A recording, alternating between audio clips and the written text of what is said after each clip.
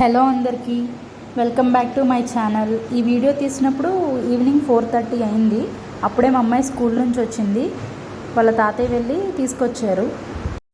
ఆ బ్యాగ్ మొయ్యలేక చాలా కష్టంగా తీసుకొని వస్తుంది లోపలికి వచ్చిన వెంటనే బ్యాగ్ పక్కన పెట్టి ముచ్చట్లు చెప్తుంది స్కూల్లో ఏం జరిగిందో. వెంటనే కాళ్ళు చేతులు కడుక్కొని లోపలికి వచ్చింది. తినడానికి ఏం చేయాలమ్మా అని అడిగితే తనకేం అర్థం కావట్లేదు. నేనే పకోడీ తింటావా అని అడిగితే తింటాను అని చెప్పింది. సో నేను పకోడీకి కావాల్సినవన్నీ ఇక్కడ ప్రిపేర్ చేస్తున్నాను, రండి చూసేద్దరు. కానీ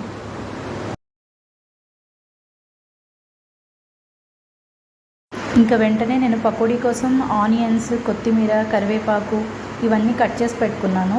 ఇక్కడ ఇంకొక ఇంగ్రీడియంట్ ఏంటంటే, నేను ఇక్కడ ఇంట్లో ఆకుకూరలు ఉన్నాయి, అది బచ్చల కూర ఉంటే బచ్చల కూరను కూడా కట్ చేసి దాన్ని కూడా పకోడీలో వేసి చేద్దామని కట్ చేశాను. ఎందుకంటే పిల్లలు సరిగ్గా ఆకుకూరలు తినరు. సో ఈ విధంగానైనా సరే వాళ్ళకి పెట్టాలి అన్న ఉద్దేశంతో నేను పకోడీ కోసం ఈ బచ్చల కూరను కూడా దాంట్లో వేసి పకోడీ చేస్తున్నాను.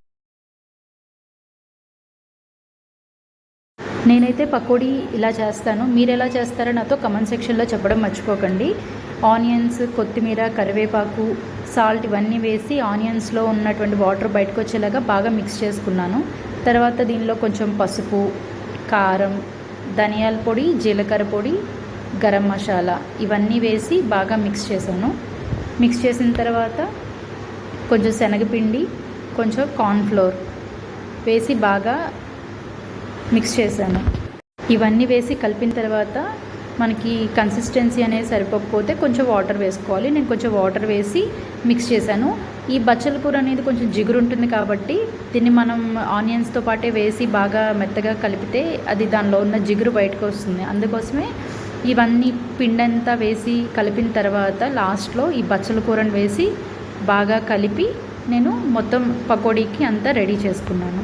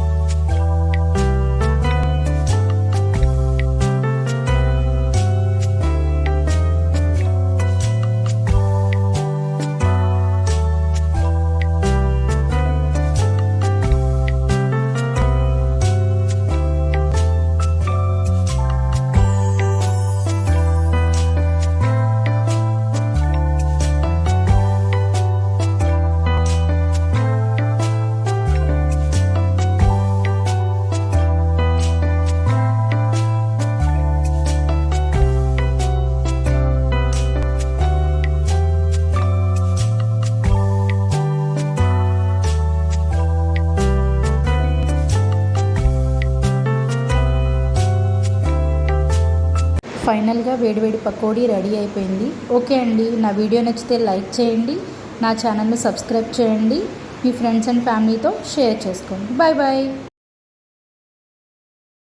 Hello guys, good evening. మా మమ్మీ ఈరోజు పకోడీ